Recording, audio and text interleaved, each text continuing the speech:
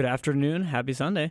Thanks for tuning into the Zig Zone, the show on WBGU 88.1 FM, where Bowling Green Falcon media experts talk about everything going on in the world of BG athletics. I'm Holden Ruck, your host. Really excited to be back again for another year of Falcon athletics starting up here, and I'm joined, as always, by a very talented group of our Falcon Media Sports Network experts. We're going to start all the way to my left here. Tyler Kavlitz, our sports production director. How you doing, Tyler? Very excited to be back on the air and talk about a little football as we're ready to begin the Eddie George era here in Bowling Green. Exciting times there. Lucas Kleinmeyer to Tyler's left, our sports director and soccer expert as well. Lucas, how you doing? I'm doing fantastic. Ready to get back into the saddle when soccer season should be pretty good. They didn't have a good result this past week, but we move forward. So I'm excited to be here with everybody. Henry Costco, videographer extraordinaire, and another one of our soccer experts. How you doing, Henry? Yeah, I'm doing pretty good, and a good game for the women's soccer team on Thursday, 2-1 win over Cleveland State. They're 2-1 to start non-conference play, and we'll talk all about it. And last but certainly not least, kind of a jack of all trades, Mr. Ben Korak. How are we doing? I'm doing very well, Holden. Just got to watch some Bowling Green volleyball yesterday, a new era for them. Very, very interesting to talk about them this season, and I have high hopes for them. I think they do as well. There's a lot to talk about, and we're going to get right into it very quickly with some football talk. But before we do, we're going to step away for station identification. So don't go anywhere because you're listening to the Zig Zone on WBGU 88.1 FM.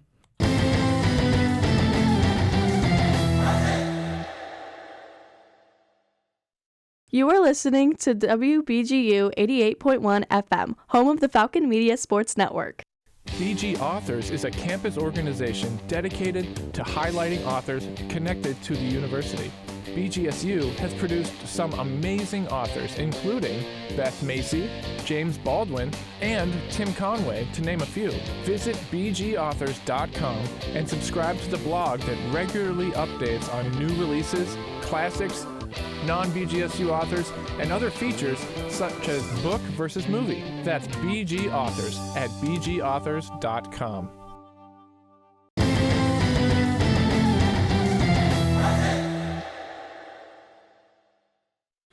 Welcome back to the Zig Zone. It's time for us to get right into our football discussion as the 2025 season for the Bowling Green Falcons is going to be upon us very shortly. Bowling Green football opens their 2025 campaign this Thursday, August 28th, against the visiting Lafayette Leopards. The game marks the Falcon debut of first-year head coach Eddie George, as well as transfer quarterback Drew Pine. Tyler, you're our kind of resident football expert for the Falcons in the studio today. Take us through, what are you expecting to see in this game, or, go even bigger picture, what are you expecting to see from this team this season? Well, I mean, the first thing with the game, I expect a huge crowd to show up just outside of the game. The excitement in the community around this Bowling Green team is palpable. I was at the Rally BG yesterday. Eddie George got the biggest ovation out of anything by far. But, this when it comes to the season itself, there's more questions than answers right now. There's a lot of unknowns just due to new coach, basically a new coaching staff. You have a few returners, but a lot of new coaches and a lot of new players, including a lot of new freshmen.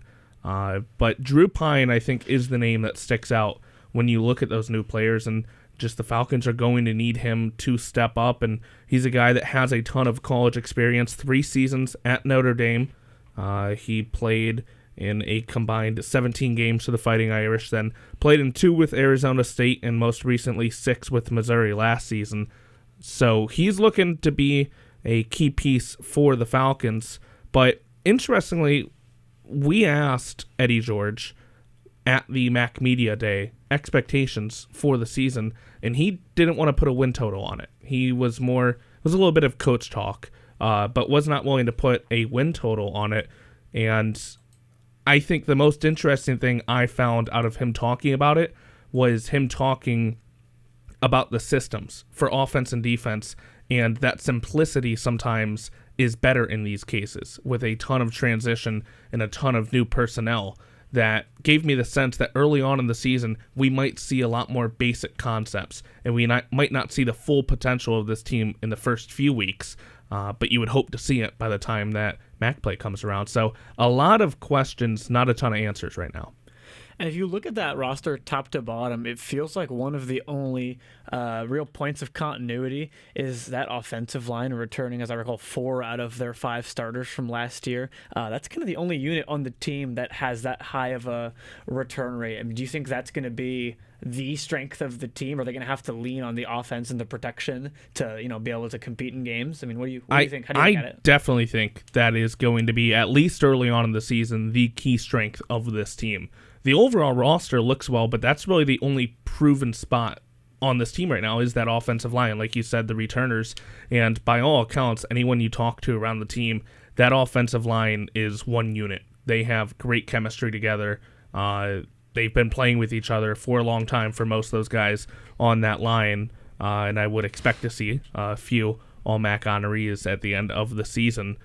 Because you look at the other spots, Drew Pine's a bit of a question mark. He is somewhat proven outside of BG, but then running backs looking like it's going to be majority by committee, at least to start the season. Same thing with the tight ends and trying to replace Harold Fannin Jr. You got 4 or 5 names being tossed around there, not one guy really stepping up and taking that so far. So there's going to be a lot of guys that have to step up early in the season and take these roles, but the offensive line is that one solidified guarantee that it is going to be a solid unit, and that bodes well for the offense.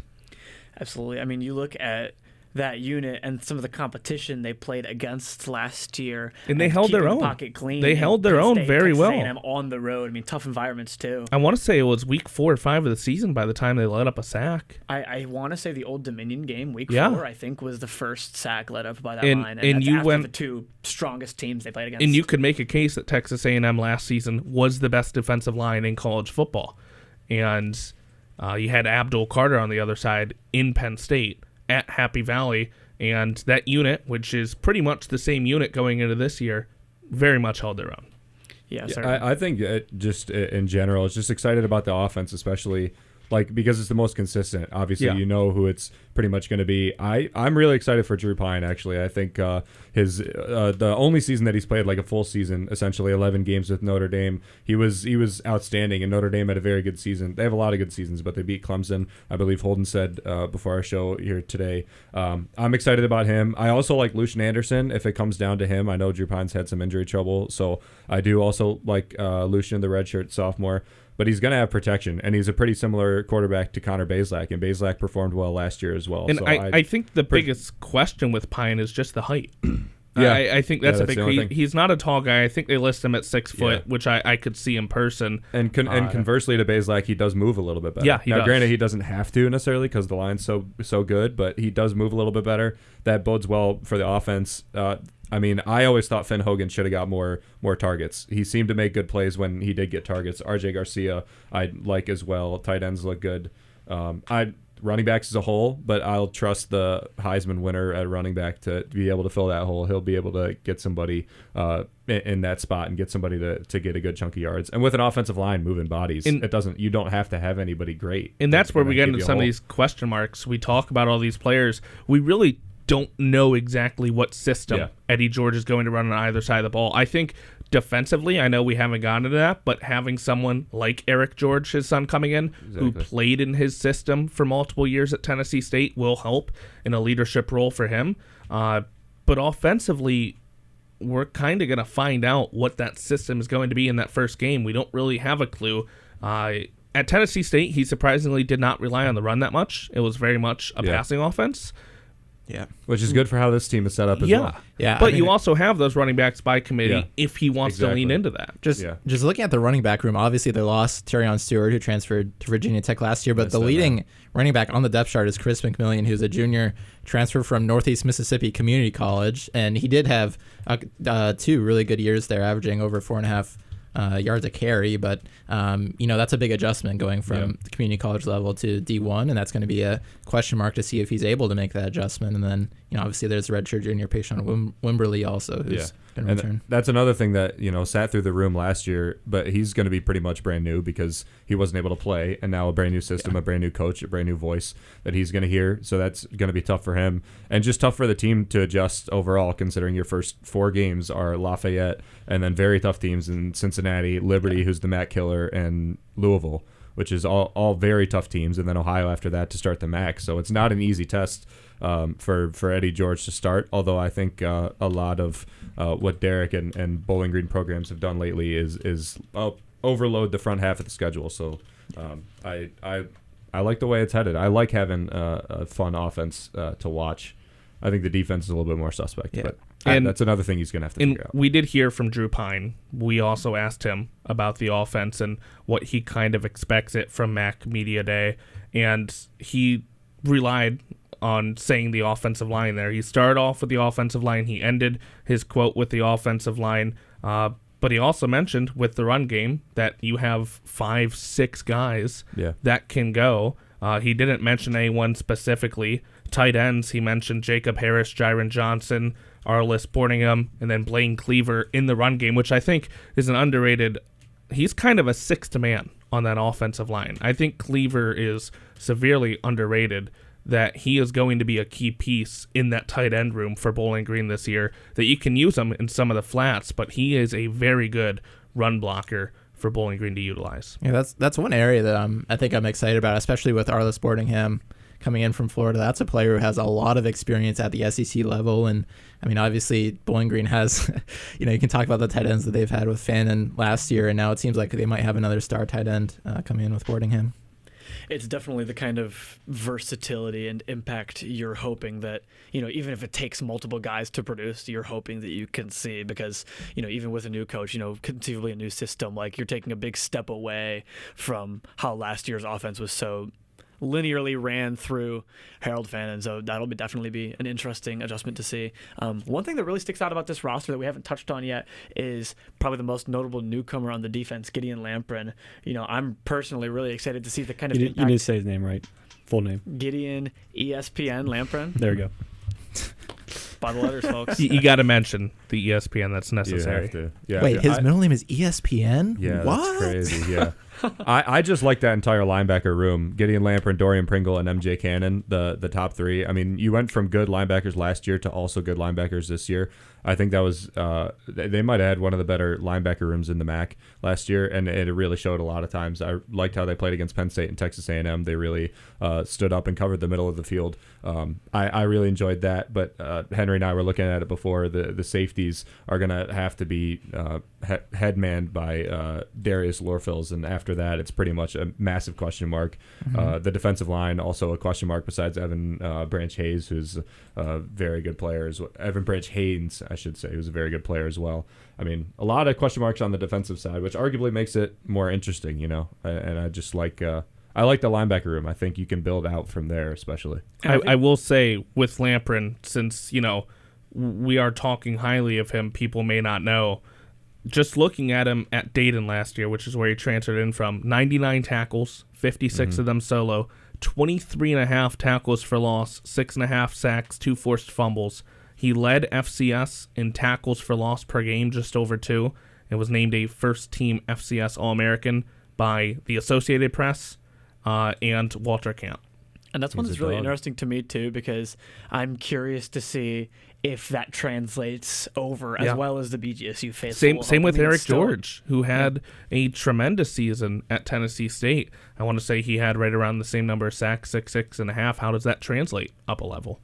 Yeah, it's definitely something to watch for, as the MAC is certainly, it's I don't think anybody considers it to be the premier conference of D1, but it's certainly not a slouch. And it still coming is from the FCS yeah, level it still as well, is a step up. Absolutely a step up. Before we wrap up our football talk, I want to just take a look ahead at the schedule. I want to know what you in the room think in terms of a win total.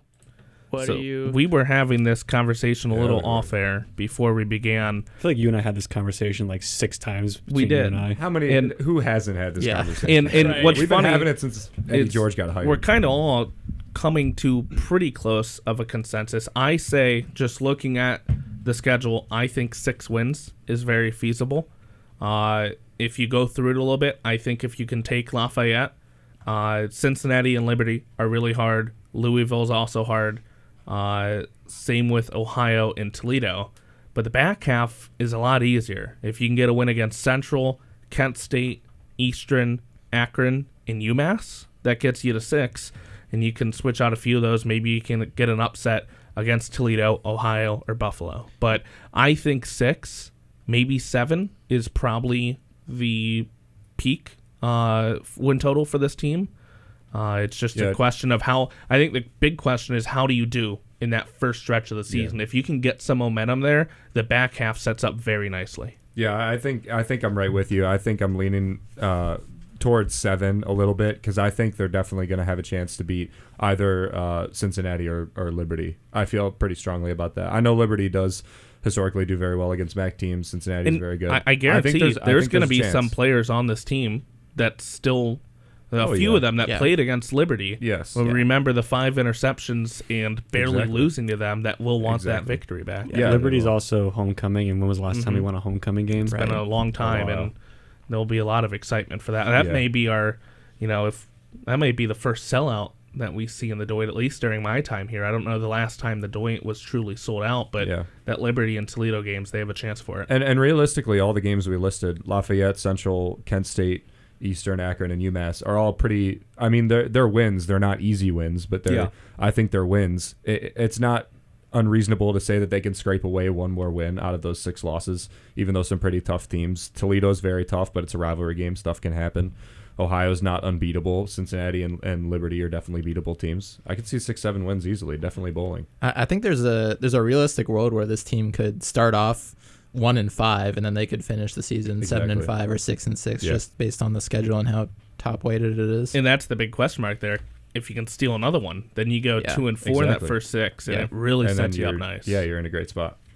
And I really do kind of see what Henry's saying there, because I could see them getting hot and getting off to a good start and sniffing 7 wins, but also, if you look at the top of the schedule, I mean, just Cincinnati, Liberty, who we've established is going to be strong, Louisville, Ohio's a good team, Toledo's a good team. I mean, you almost feel like that could set them in completely, the opposite direction and kind of send them into a little bit of disarray. Now, I don't think that Eddie George is the kind of coach that's going to let the team just, roll over and be done because they start off bad against tough teams. It'll be a good test for him, though, in terms of his leadership with this team, if they do have some turbulence early on in that schedule, of whether he's able, if let's say they do go 1-5, 0-6 in those first 6, how is he able to keep the locker room up in spirits? Does he lose the locker room?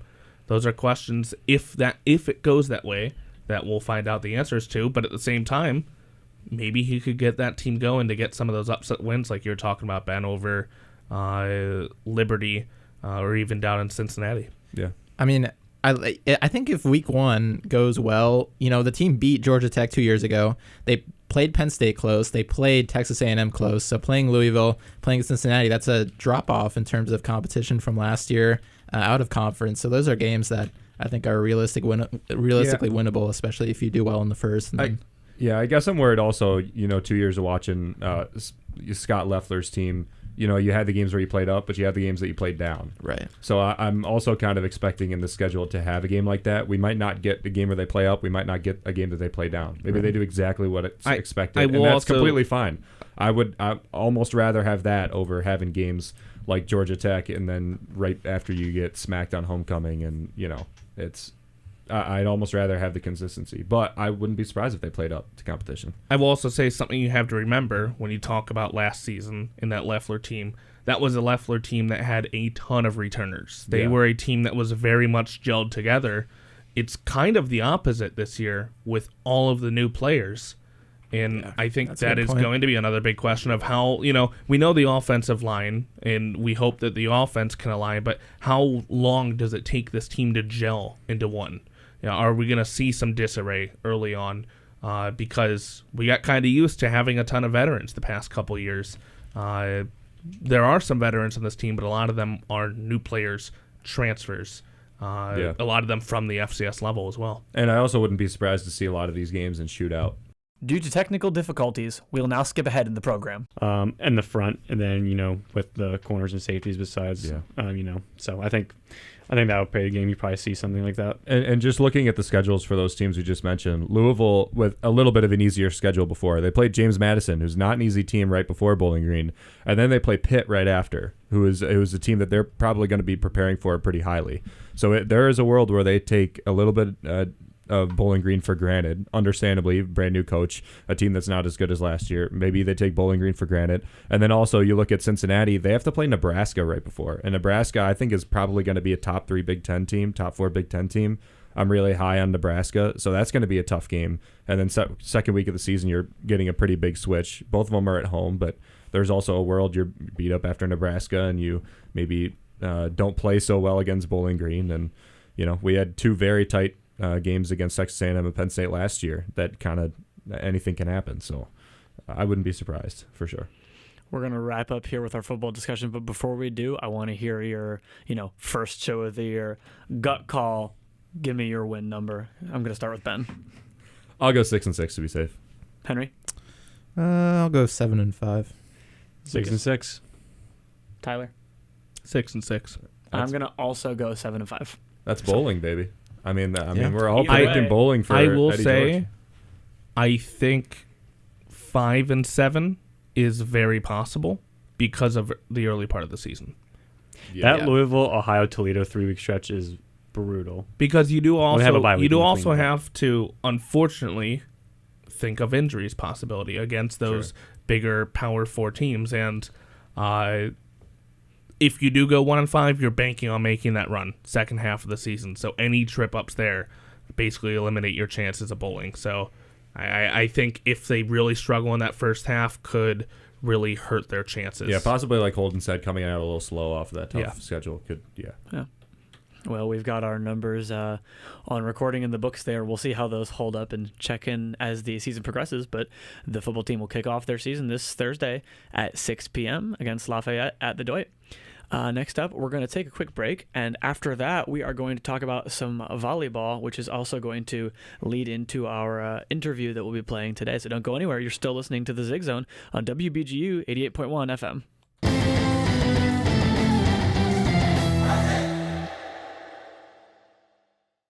Hey BGSU students, this is your opportunity to host your very own radio show or podcast.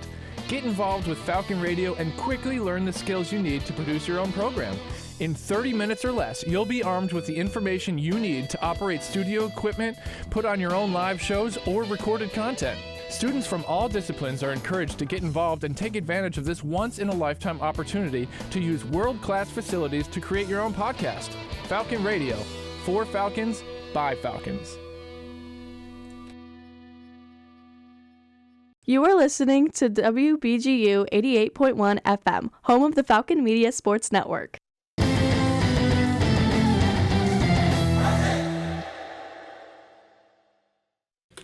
Welcome back to the Zig Zone. As we approach the halfway point of this first hour, we're going to pivot into some conversation about the volleyball team. And Ben, 2025 going to be a big season for volleyball. You look at new coach Alex Del Piamo, old coach, but new head coach stepping into that role.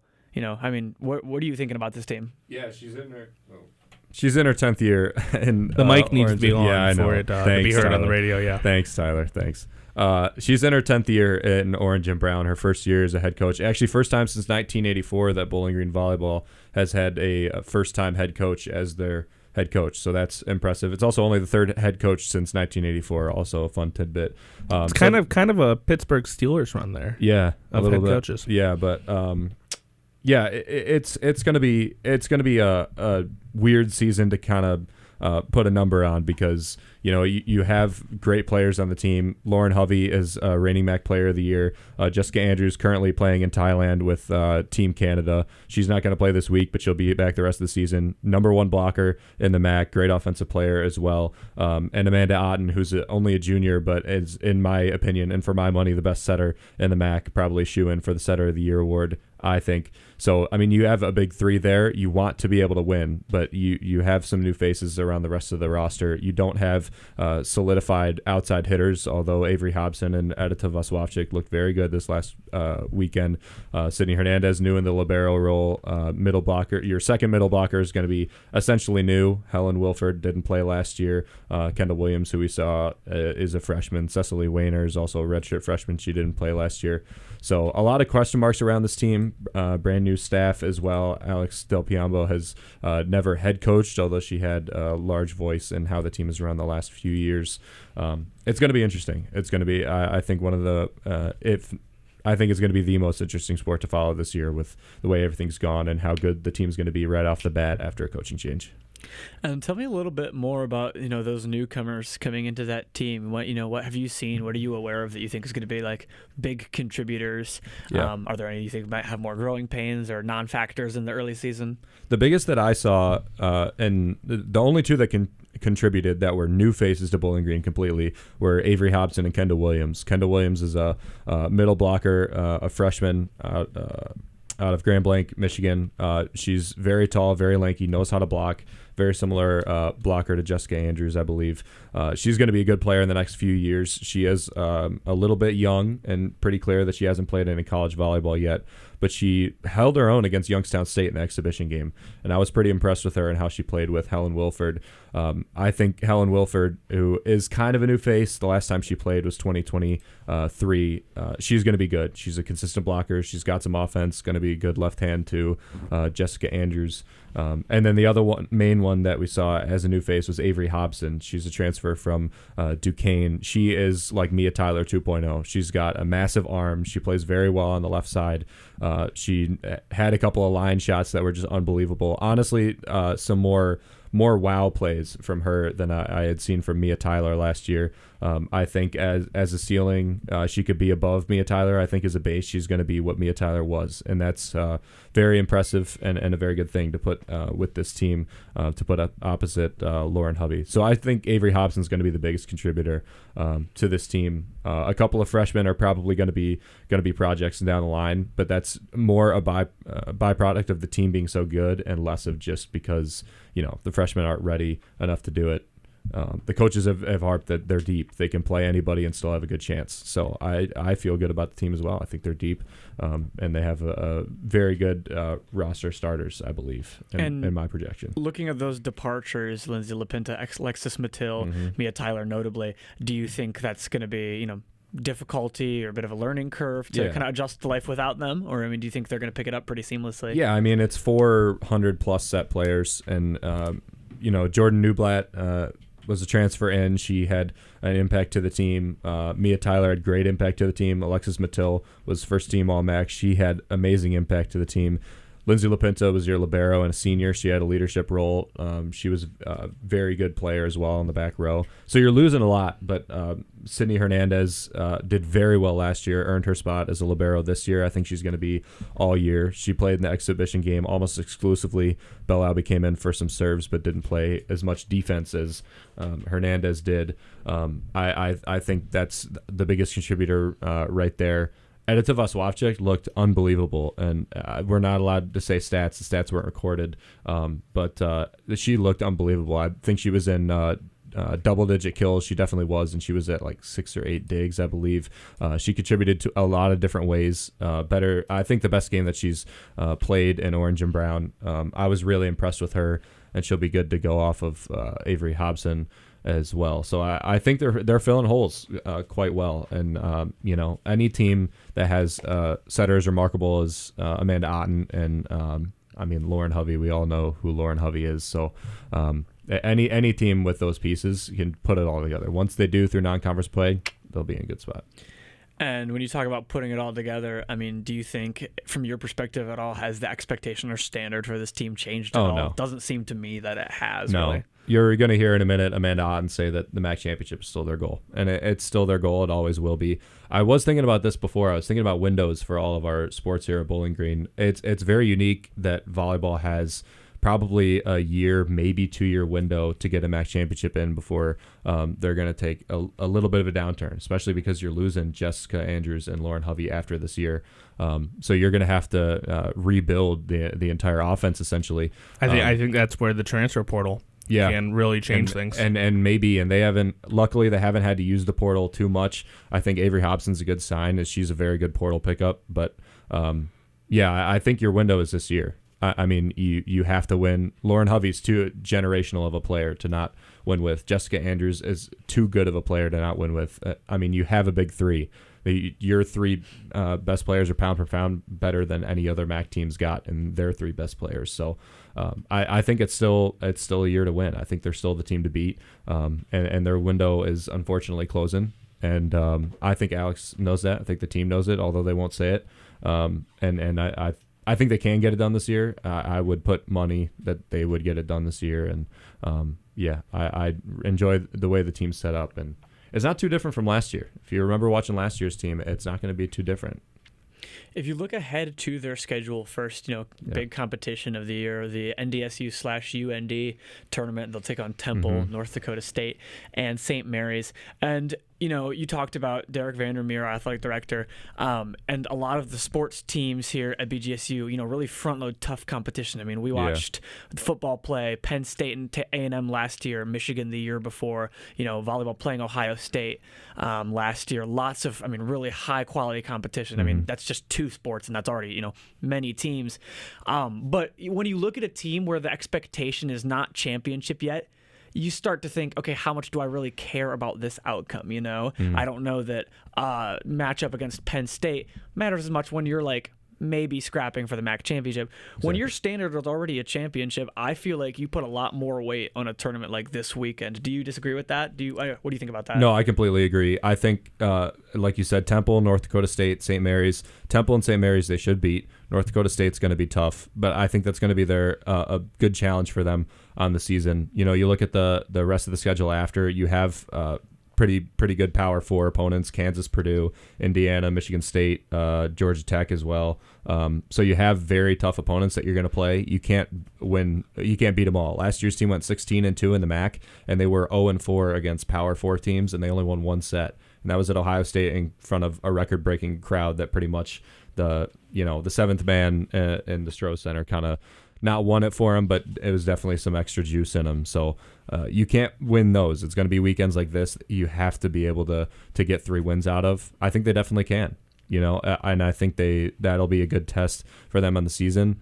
But we talked about in football last year, and I'm sure we'll do it more this year. You can't put too much weight on the season before MAC play, because the Bowling Green volleyball was struggling last year before he got into MAC play. And then they went 16-2 in the MAC and went on a deep NIVC run that was unbelievable. So, I don't think you can put too much weight on it. It's more of a how are they playing? It's less of what the outcome is. It's more how do they play against Kansas? How do they play against MSU? How do they play against Purdue on 4 straight road trips? That's going to be the test right there. It's not necessarily going to be, they have to win these games to make a championship. And I think, it's easy to get caught up on, not making it as far as I want to and not winning that MAC championship. But I really think they ended the season last year on an incredibly strong note with that IVC run. Even coming up short in that, how much do you think that momentum is going to carry over and that experience as well? Yeah, I think a lot. I think they were really... Understandably, they were very hurt that they didn't at least beat Western Michigan. The MAC championship was essentially theirs to lose because Ball State really wasn't much competition, and the way the bracket was set up, whoever won between Bowling Green and Western Michigan was going to win the whole thing.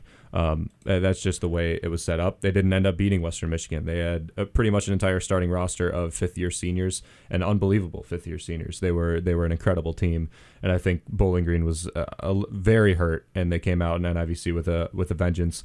Couldn't get a championship, but got an appearance. Arguably one of the best seasons in the history of BGVB. I think the team has stayed around a majority, and they'll remember that. They'll remember losing in the semifinals of the MAC championship, and they'll want to get it for their leaders and Belle Laube and Lauren Hovey and Jessica Andrews. They're going to want to get it for them. They're not going to want to lose in the MAC championship again. And they all mentioned the NCAAs, the coaches from top to bottom. Amanda Otten, when I talked to her, I don't know if she did in your interview as well. They'll hear that in a minute. But they all mentioned they want to play in NCAAs and maybe even win a round in the NCAAs. So that's their goal. That's their bar in the first year of a head coach. That's powerful right there. Yeah, the team definitely carries the vibe that they're still hungry and they're not, dwelling on the negative of last year, but using it to really fuel their success this year. And, like you said, I had the opportunity to sit down with Amanda Otten and talk to her and get her thoughts on it. And, as you're about to hear on the air, her feelings seem to echo what we said. So here is Amanda Otten one-on-one in the Zig Zone. Amanda, thanks for coming and joining us. We've got Of Amanda course. Otten from the volleyball team here for the Zig Zone. So Amanda, just talk to me first. How's the off season going for you? It's going well. We had our first preseason practice with the coaches today.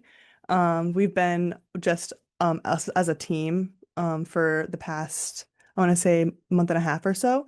And so we weren't allowed to be with the coaches at all, but today was our first practice. So it went really well. Very competitive as always, and we're really, really excited for season.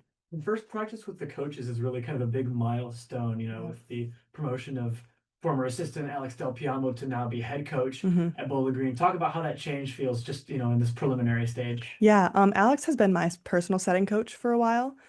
So me and her have gotten really close, and I think she's been doing a really great job, kind of leading and showing us how consistent she's been, as assistant coach, but now being as head coach. She brought in two really great assistants, Chelsea and Alexa. We absolutely adore them, and it's been going really, really well. We're really excited. It certainly would be silly to, act like that's not a big pair of shoes to fill with the departure of a coach like Danielle Edovich, Of will course. be a BG legend forever. But, how are you noticing things that Coach Del Piamo is doing differently or, the same, or, how is she making those things work? Yeah, I feel like it's felt pretty similar. It is our first day back, but we did have them in the spring, and it definitely was a more of a transition kind of time for us. But it's really been us getting in the gym, getting like our competition on and everything. And it's personally, I think it's been really good. And I also think that Alex did have a voice when she was an assistant. And so I feel like she kind of just stepped into that a little bit more, which has been super cool to see. Absolutely. And you talked about how Coach Del Piamo was previously your setting coach. And that was kind of a role, being like a primary setter that you stepped into a lot more last year than your freshman year. Talk a little bit about, the difference between those two seasons. Yeah, for sure. My first season, I was considered a setter right side. So I set and hit for BG. And this past year, I really had more of a role of just being like kind of like the setter of the team. There's definitely some navigation between switching, I guess, positions, but that's kind of what I wanted when I came in. I wanted a place where I could kind of do both and kind of be that player that wherever I'm needed, I can go to. And so I've really enjoyed it being able to kind of do both. And this next upcoming year, like who knows, maybe we'll change it back, maybe we'll stay the same. It's kind of like fun that we were able to play with a few more things than just having two setters that just set. Do you think it plays to your personal strengths and like ability to help the team more when you're in that setting role or when you're on the outside and having, like a Jane Walls, for example, inside doing that? Yeah, I definitely think that I've grown into the role of being a setter a lot more. I think that my offensive game has grown a lot more being just a setter. Having like my height is definitely an advantage for me, and being able to use that almost not more often, but like in a different way has been super cool for me to see. And I'm still kind of hitting in practice every once in a while. So I definitely think that my game has grown quite a bit over the past year. Talking about games growing, I want to pivot a little bit just to, some of the rest of the team. Obviously it's early in this preseason practice, as you're saying, but what kinds of things are you seeing good, things to work on, etc.? Yeah, I think we have a really great offense. We have a new transfer in, Avery Hobbs. She's been doing a great job, and we've got a few new freshmen pins as well. And everyone's just kind of been like stepping up and being like who they are. And it's really cool to see the diversity that we have. We have so much depth on our team. We have so many different kinds of players, and I think that'll play a really big strength for us. And then our back row has been really, really good. Really gritty defense and everything. I think something that we can work on, that we kind of talked about today, is that trust piece and having a new team, having a bunch of new players, being able to build that trust up again. I think that we've done a great job over the summer of kind of starting that up, but being able to continue that as the season goes on. And I think that the building the trust is a really interesting dynamic that, some other sports maybe don't have as much because it's either more spread out or whatever. But talk to me a little bit, you look at last year's team to this year, losing names such as Alexis Mattil and Mia Tyler. How do you, and Lindsay LaPinta, how do you, work towards filling those roles, and what kinds of things were they really great at that you guys are looking to Yeah. comprise? Yeah, all three of them were really, really great leaders. We always knew that they had our back and they were always doing their job. And I think that our seniors now, Lauren, Jess, Belle's been doing a really great job leading this summer, as Jess and Lauren are off in Canada playing for Team Canada. Belle really has stepped into the role really, really well. But yeah, I think we have the pieces that we're losing. Like Alexis's offense was insane. Her defense was crazy. Lindsay LaPinta as our libero, we're missing her, but we have a lot of people that are willing to step up, and I think that they will step up. And I think we have really, really high hopes for the team that we can become this season. On a personal level, you are going into your junior year as well, and you attribute names like Bell stepping into leader roles. Do you feel yourself kind of either stepping naturally into or pushed into that role one way or another? Yeah, I feel it's felt more natural to me, being able to be a leader. I always have wanted and like known that as a setter you kind of have to be a leader, and being able to kind of step up and be the person that my teammates can go to is one of the like things that I want the most, and I want to kind of be that person for my entire team. um, and I think that it's been going well. There's definitely more growth to be done and we've got a long season ahead of us, but I think it's been going well so far. The MAC tournament once again at home coming up Hmm. at the end of this season. Yes. Does that stick out to you? Does that stick in the back of your mind at all? Yeah, it definitely does. I think that being able to have that home court advantage, us at Stroh and the Stroh Center, the fans are amazing. The student section has always been so great, and we have some really diehard fans. And being able to be here, like with our community, obviously we have to start in season and start with conference play to get there, but we're aiming for that MAC conference tournament title. And I mean, you look at last year's, attendance. You want to talk about support from fans. I mean, Hmm. unprecedented numbers for the program and amongst MAC programs. I mean, just Yeah. how much does the team feed off of that when you're on the court? We feed off of it so much. We really feel the support of our fans and our students, and even like our coaches and our athletic trainer that are on the sidelines. We are definitely a team that thrives with the high energy, the high support. And I think that being able to use that to our advantage is something that we can still learn a little bit more. As we saw in our Ohio State game, the whole Stro was packed and it was really crazy. But kind of being able to use that to our advantage, I think, will be something that will really help us. The teams that you've been on in your time at BG, Hmm. have always been very resilient. I mean, Coach Tomich referred to them as, cardiac teams last year, and I can't tell you how many sets I remember going to five, reverse sweeps, Hmm. etc. Yeah.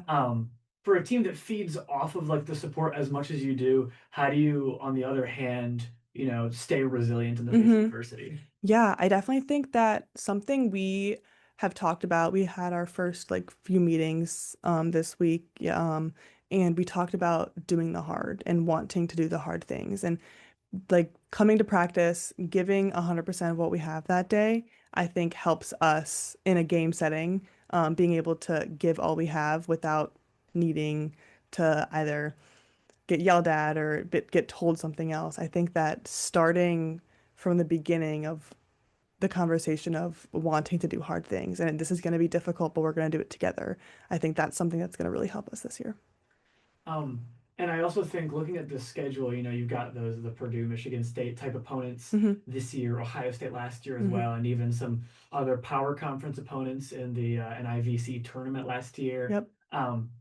Certainly high caliber opponents, and you're going to have to bring your best. Do you feel like that always translates well when you are then facing MAC competition that's always, very competitive, Hmm. but maybe not on that same level? I definitely think that our season and our preseason is very intentional. The teams that we play are very intentional. We want to play with the best. We want to be the best. And we kind of go at every game the same way. Like we're going to give it our all. We're going to play BGVB. It doesn't matter who's on the other side of the court, but as long as we can be ourselves and be true to like how we know we can play, that's something that we want to have consistency of throughout the season. Looking at your own, personal volleyball play, many accolades already. I'm not going to, take time listing them all off now. But is there anything in particular you think you want to work more on yourself to give the team the best chance to win? Yeah, I definitely think something that I've been working on personally over this summer is my offensive game as a setter. Being able to be more as an aggressive setter versus kind of like setting the ball over the net. And then I think my blocking game as well. And just defense in general. Chelsea, one of our new assistant coaches, is an amazing defensive coach, and all of us have seen so much improvement with her.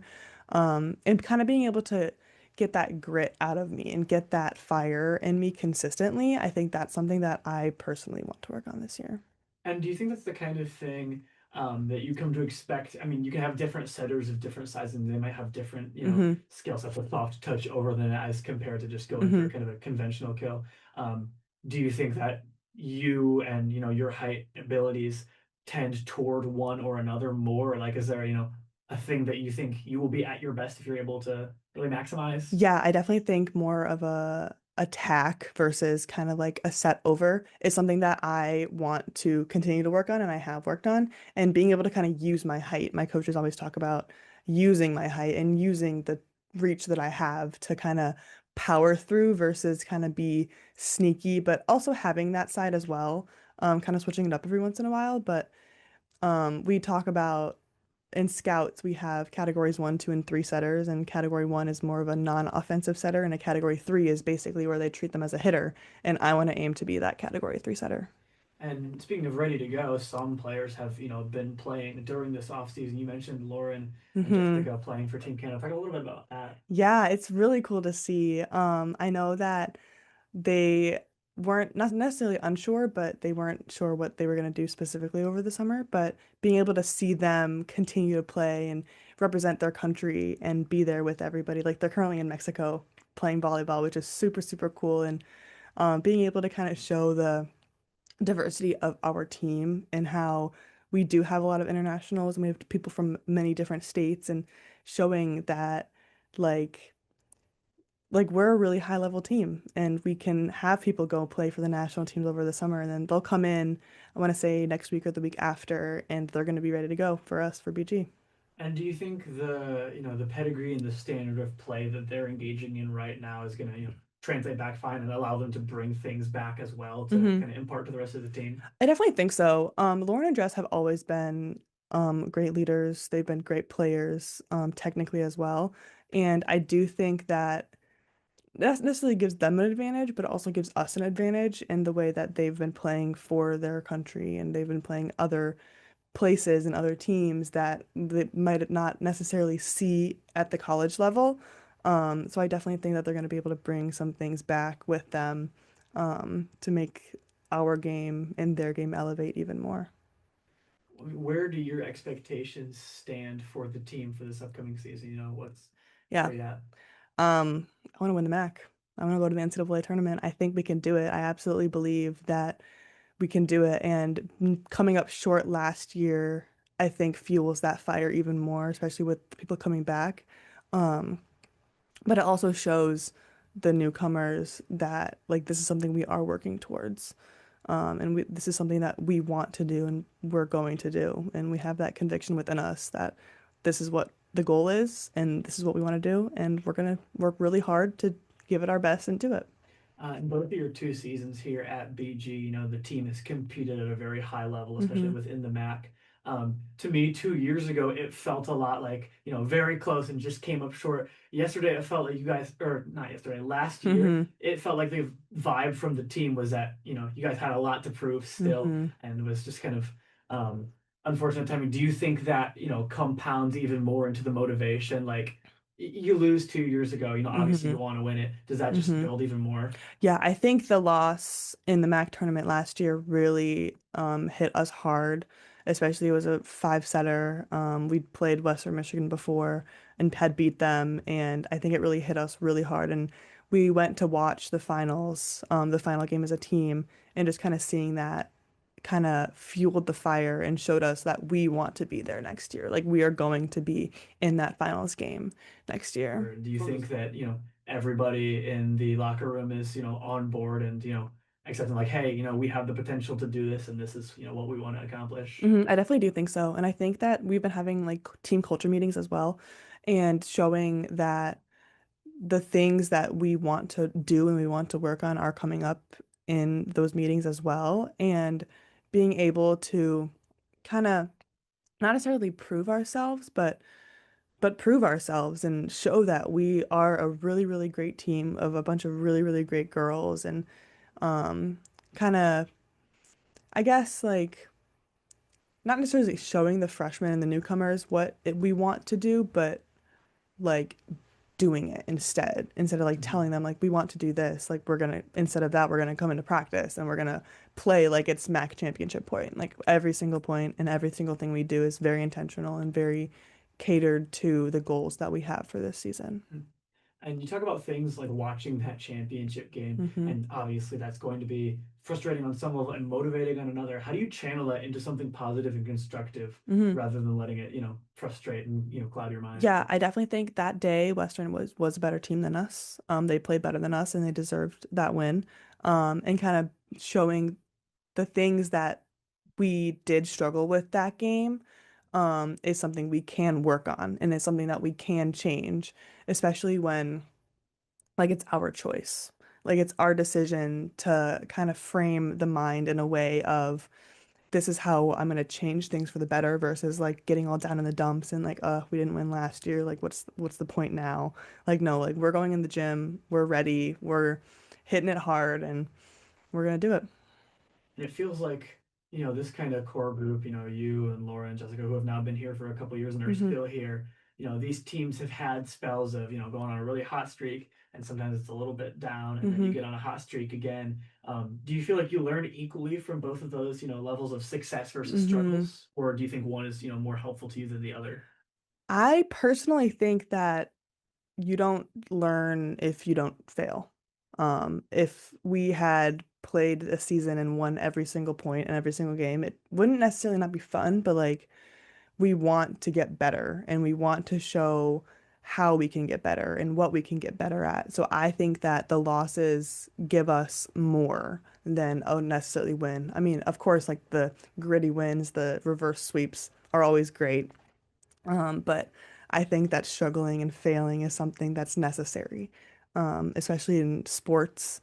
You never know who's going to be on, who's going to be off that day, and kind of coming in with that growth mindset and showing that we are ready to learn and get better. And, with the team, raring to get better, hungry for the championship after last year, do you look around the MAC at all? You've got things, even just, the departure of Logan Case at Western Michigan, for example. Do you see things around the MAC and think like, man, this is more open? Or, do you notice people you're like, hey, man, we can really beat these guys. I think we're better than this group, Does that linger in your mind at all? I mean, I think we're better than every team in the MAC.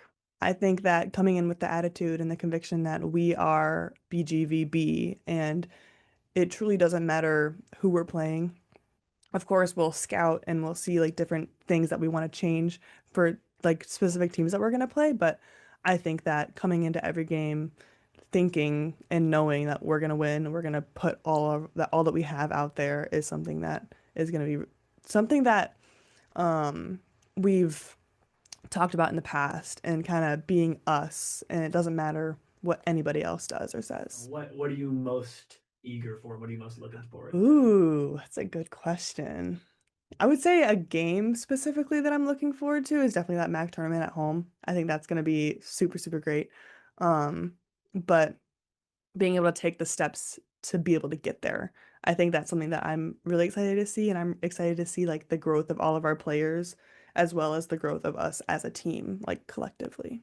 One of the challenges with your schedule is we're going to see you once. I know. And then you guys are going on a very, very long road trip. Yep. What's it going to be like to be away from that energy for like almost a month? It's like a good 3 weeks. So what's that? Yeah, we are traveling quite a bit, but I think that sometimes actually when we go to away games, we have more fans than the home team, which is really, really cool to see. We have some really devoted Falcon fans and they support us all the time. And we have Steve and Rhonda always makes us cookies before every away bus trip. And having Chris and Di, they come and they always give us treats before we leave on a bus. And just kind of seeing their devotion to us, even if we are leaving, just kind of makes us excited get back here, of course, but I think that being able to still have the fire that we have on away games is something that can really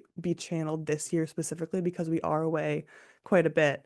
But kind of just using that momentum and using the like kind of the know and the trust that we have in our fans. I think that'll help us a little bit.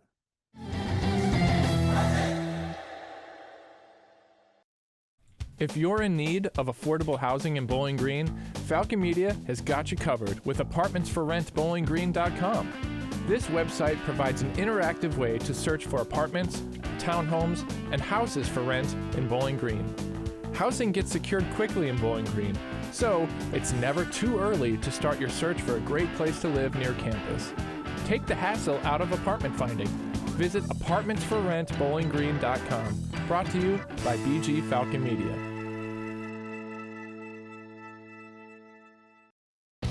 Follow and engage with BG Falcon Media on social media.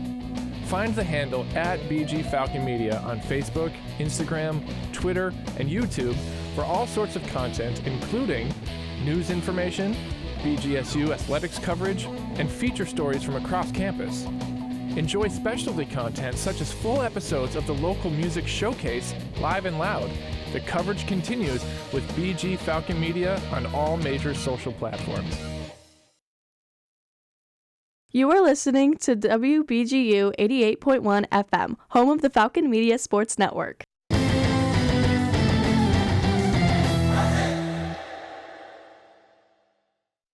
Welcome back to the Zig Zone on WBGU 88.1 FM, Falcon Media Sports Network show, telling you everything there is to know about what's going on in the world of Falcon athletics.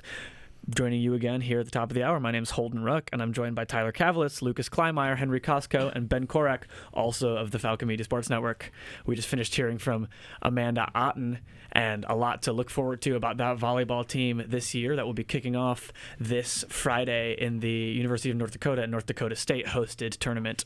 But we're going to move ahead to a bit of an open, sort of hot take discussion time before we start talking about our next sports.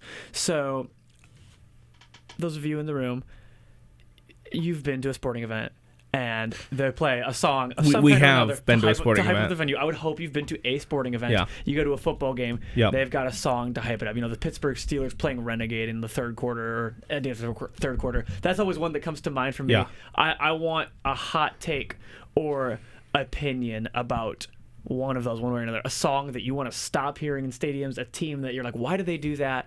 I want to know yours, and I'm going to change it up. I usually make you all go first. I'm going to go first. It's got nothing to do with the university. I don't see Mr. Brightside as a pump-up song. It doesn't make sense to me. If you listen to the song, if you listen to the lyrics, it's just catchy. Yeah, but I think, it's not a pump-up song. Yeah, I don't get it. That's good.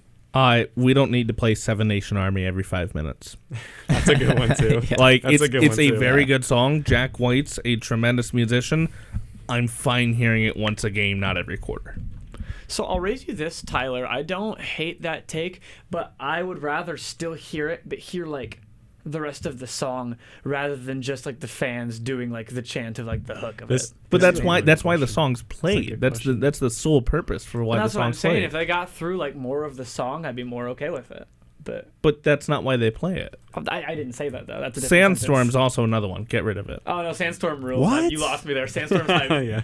It's overplayed. No, It's Sandstorm is overplayed. sick. It is overplayed. There's a lot. Honestly, I'm gonna go with a more recent one. If I hear "TV Off" by Kendrick Lamar one more time, yes, every every game, everywhere, it's you can't play this song because there's so many curse words in it. So it's just dead silence for a second. So you can't hear anything besides "TV Off." TV Off and "Not Like Us." Oh Not yeah, Like Us is everywhere. It's everywhere. It's so annoying. That's mine. Yeah. Henry, Ben, you got anything queued up? Anything you're thinking of that really, or so one that you really like, you think more people should play? It should be universal. It can go both ways. I'm a big fan of the Freed from Desire. Yes, soccer theme. The men's team plays it after the win. I think did the women's team play it in the game? That's I their can't goal. remember. That's their goal song. I think. That Yeah, nearly got Ben Korak to get up and walk out of this Who would room. have thought the soccer guy mentioned soccer? Oh my gosh. Okay. It's a great song. Understandable man. though. It is Baseball win songs And up is there. great song. In general, this might be not a very agreeable thing. I want more house music and more electronic music in stadiums, especially just because I feel like that's what it's made for. It's made for environments where there's a lot of people. So something that gets people energized and gets them excited, and gets them into the game. I think you need that a lot nowadays. What? You gonna go down and DJ it? I would DJ. DJ Costco? DJ Wholesale? DJ Costco?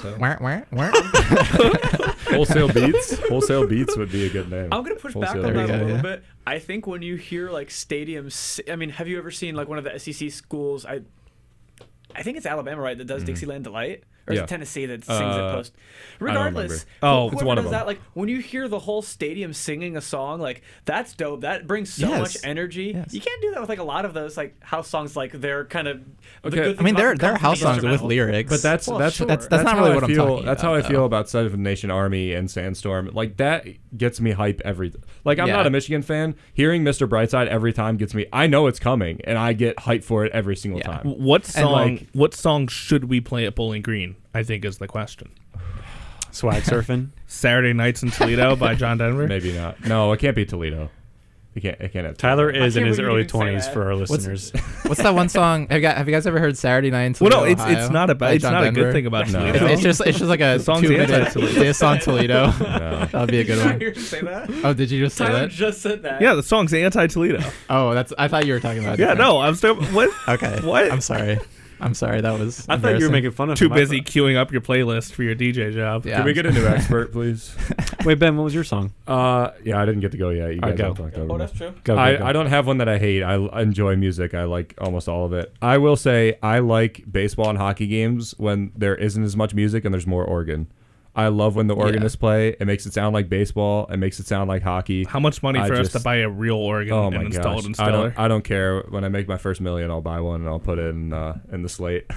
You guys can book that. Put it in paper. That would be awesome. That would rock. But the Red Wings have a guy that does the organ. He's just unbelievable. They highlight him every game. I think Sandstorm's great. All the hype songs are great, but there's nothing like organ to just make you feel like you're at a ballpark or. It's just great. I really enjoy that. And Journey.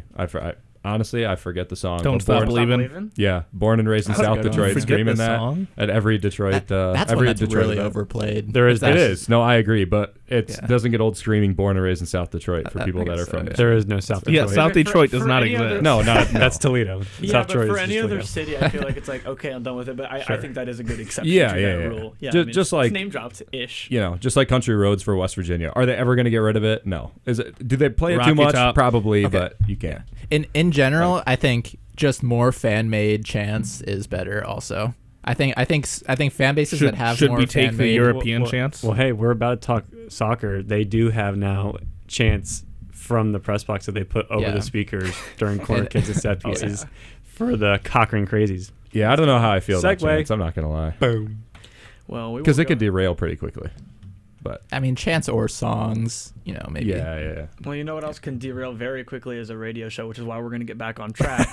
There you go. So let's Nice start segue. talking about Good men's soccer. The men's soccer team opened their season with a tie against IU Indy in Cochrane Stadium, with the second half goal being scored by junior Bennett Painter, frequent scorer last year. Lucas, just break it down first. Just talk about that game. Well, I really wanted to go big picture, I guess, but I will talk about that game. That was pretty disappointing. I think we had Coach Nichols, Andrew Schaefer, and Painter post game, and they were all pretty disappointed. Nichols not so much because this is his 17th season. He's just he's been around and he knows not to get too high, not to get too low. Not a good result at all. This is a team they beat 4-1 last year on the road with the weather delay that went into the next day. So not a good result. It's still early in the season, and games like this happen, results like this happen. Just like any other college sport, anyone can be anybody on any given day. I think IU played really well. Yeah. They were super aggressive. I think they're projected to be better than they were last year in the Horizon League. And the Horizon League's not a powerhouse soccer conference, but the teams have getting a lot better, especially if you look at the results against ranked teams and non-conference teams. Disappointing. They're 15 new players this year, 7 transfers, 7 freshmen, and a walk-on if you count a player that came from the club team. So it's a lot of new pieces, and you lose half your starters, and all of them were in the defensive half and goalkeeper, but those players are the ones that did really well, at least in my opinion, on Thursday. And the more struggle was definitely more in the midfield and the two-striker partnership. I don't think that was Trace Terry's best game at all. I think he'll tell you that. He got knocked up a little bit in the second, but he played through the entire thing, which was good. Schaefer connected with Painter on the goal off the corner kick, which was great. But I still think, especially in the midfield three, they have a lot of figuring out to do. I don't think they have the right people in the right positions, maybe, or they maybe same substitution patterns or whatever it may be. I still think that's just a work in progress, stuff they need to figure out. But disappointing draw, but they play Butler in a couple hours, and we'll see what they do.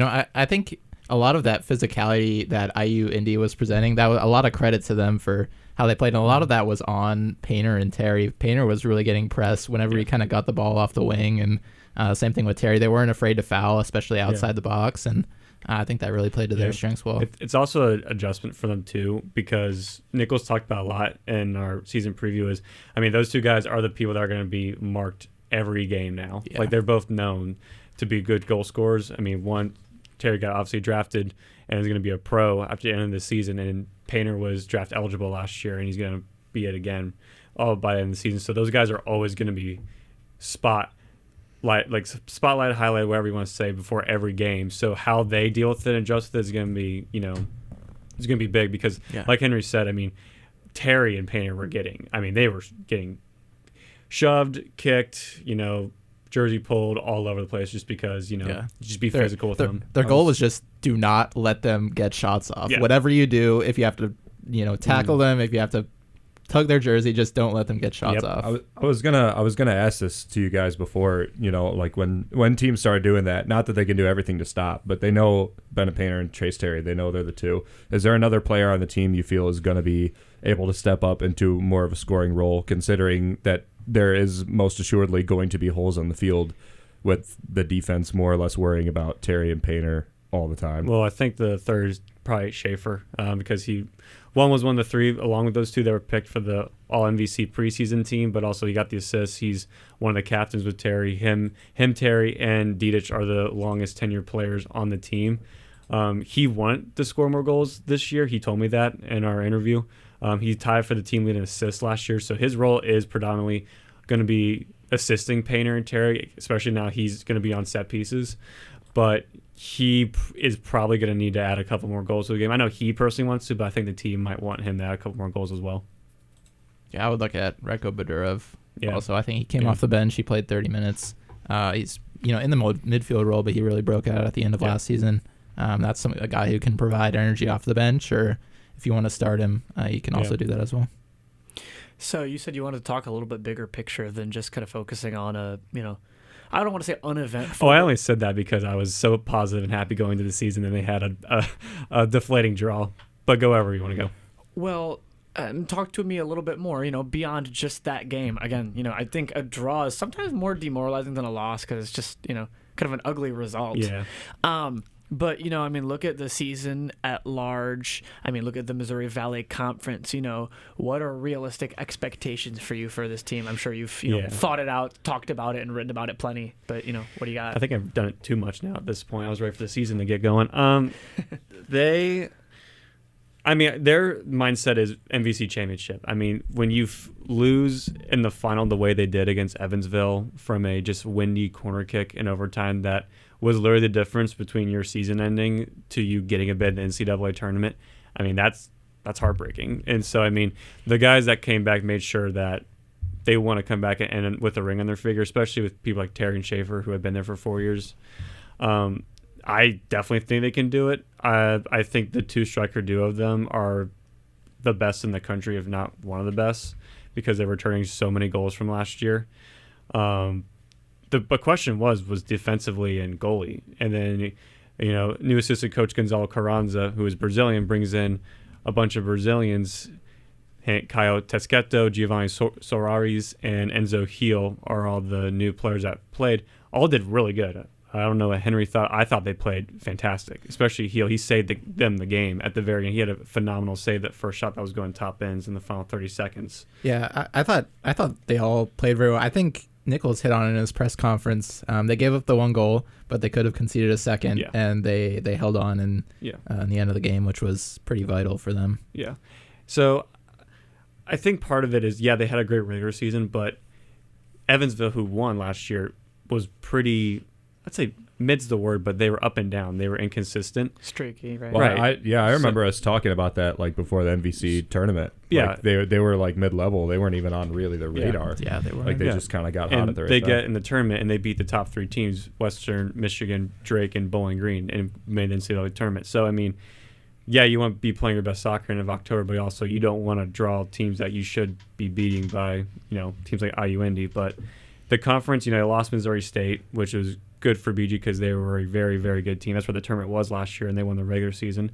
But Drake got picked to win the conference this year by just 2 points.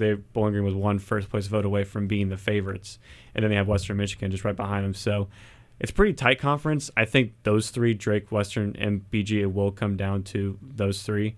But, teams like UIC and Belmont might have a better year. Belmont had a lot of injuries last year, and they're returning a lot of players. Evansville lost a lot of players from that championship team. I know their striker Kai Phillip went to Penn State, and they're one of their best attacking players transferred to Indiana, played one of the best teams in the country. So they lost a lot of players from that team. So who knows how good they'll be? We have no idea. But it's kind of like week 1 overreactions in a way. It's like, it kind of stings right now that you have a tie and it's not what you want, but like bigger picture, long term, they might figure it out, or it could be a sign for what's to come. You never know. 3-game road stand coming up tonight with Butler, so only 6 more home games throughout the entire season, regular season. They only had 7 compared to 10 away. That's unusual in previous years. And you look at the home games, Michigan State's their next one. That's a hard game against a good Big Ten team. Bellarmine, a team they haven't played in a while.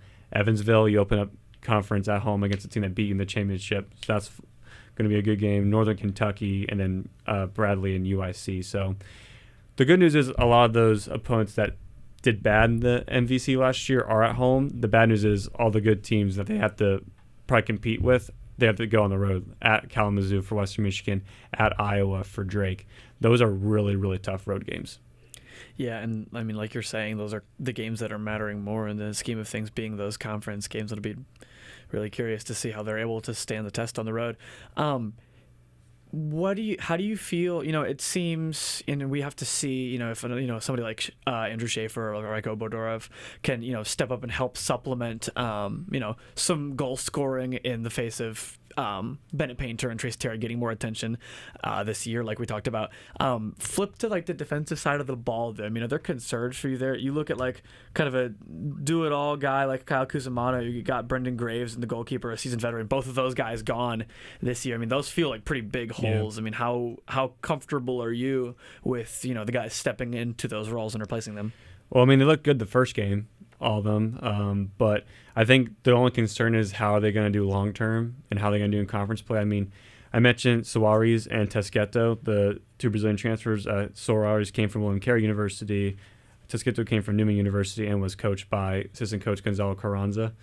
They did really good the first game. It's just this is their first season at the Division I level. They both play community colleges and Division III, Division II levels. So how are they going to do long term? Can they stay healthy? Can they stay fit? How are they going to play against those big guns in Drake and Western Michigan when it comes down to it? I think that's all going to be the deciding factor. Gus Peacock wasn't starting in preseason, which was very interesting to me because he's the only returning defender and one of the returning players that played and started all matches last year. He started against IU Indy, which was interesting, but also I think it gave a little bit of realization of where he's at as well. So I think the question is, if one of those players goes down or they need to, take a game off for whatever reason, maybe they have a nursing a little injury, who steps up? I know Didic is finally coming back healthy after his knee injury. You still have Rios, who's in his 3rd season as well. So that's also a question is how deep is your back 3 if someone goes down? Depth could come into a question because you're going to need to give these guys some rest. You can't play them all 90 minutes every game. You even saw Gus Peacock. He played 78 minutes and he got subbed in for Rios for just beginning the season. So, that's a question and stuff it too, but it's also whoever's protecting that back three is not going to change. It's going to be Christensen as that defensive midfielder. I think it's just, can that back three stay healthy and stay fit throughout the entire duration of the year? Looking, later tonight, what are you expecting and or hoping to see against Butler? I mean, just more, consistency of play, or I mean, it's so early. It really feels hard to judge anything, but definitely a win. But Butler lost to Western Illinois to start the year, and Western Illinois is historically not a good team at all. Butler's also a team that BG beat last year. I think honestly, get a result. If you get a point, that's great as well. But I think the team would feel better, and I think it might be better for the team in the long run if they go on the road and just get a win, because you look after Butler, you have Wright State for the I-75 Cup. You're trying to defend that cup. You want to win. You go on the road this year, and then you have Michigan on Labor Day, and Michigan is always a very, very physical battle, no matter it's at home or on the road. So, that's also a big road game. So you need positive results on this road trip. And I think if you 1-1-1 is a good bar to hit. You win, you tie, maybe take a loss along the way as well. But I think for the group for the long term, you get this win against Butler. I think you put all the IU and the concerns behind you. And if you had to tell me based on what you know about this team, what you know about the Butler squad, what do you expect as a prediction? Not just what you want to see, but what do you expect to see? Butler's also a team that lost a good chunk of their players. I mean, their best player, Palmer Alt, I remember covering him last year. He transferred to Indiana. He's also a Herman Trophy watch list. So they're also trying to reload a lot of their midfield and offense as well. They also compete in the Big East, and the Big East is a pretty good soccer conference. Akron's one of the big ones that we are familiar with that's in that one. I think they're also a team that's trying to figure out. I think they also have a lot of new players as well, like Bowling Green. But I think this is a team where they're currently at with Butler. I think this is a team BG can go on the road and get a win. Will they do it? Who knows? Definitely a spot you'd like to see them get a win, open the second game of the season with a win and, get a win on the board for them, build some momentum heading into the rest of the season. But that game's going to kick off around 7 p.m. tonight in Indianapolis, so we'll see if BG can beat Butler. And as always, on bgfalconmedia.com, you'll be able to find a recap of the event after it has concluded. We're going to step away for a quick break, but don't go anywhere, because after we come back, we're going to talk about women's soccer and much more yet to come. So don't go anywhere. You're still listening to the Zig Zone on WBGU 88.1 FM.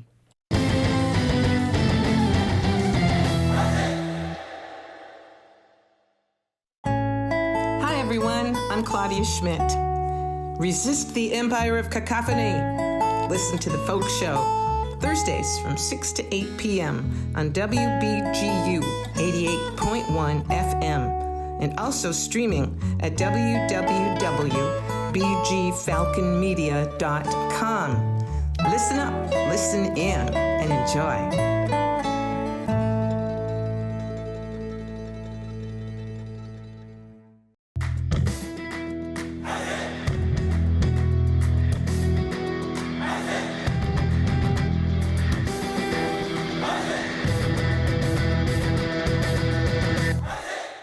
Looking for a BGSU Athletics talk radio show? Tune into the Zig Zone every Sunday at 4 p.m., where a panel of Falcon Media Sports Network members discuss the hottest BG sports topics. Only on WBGU 88.1 FM.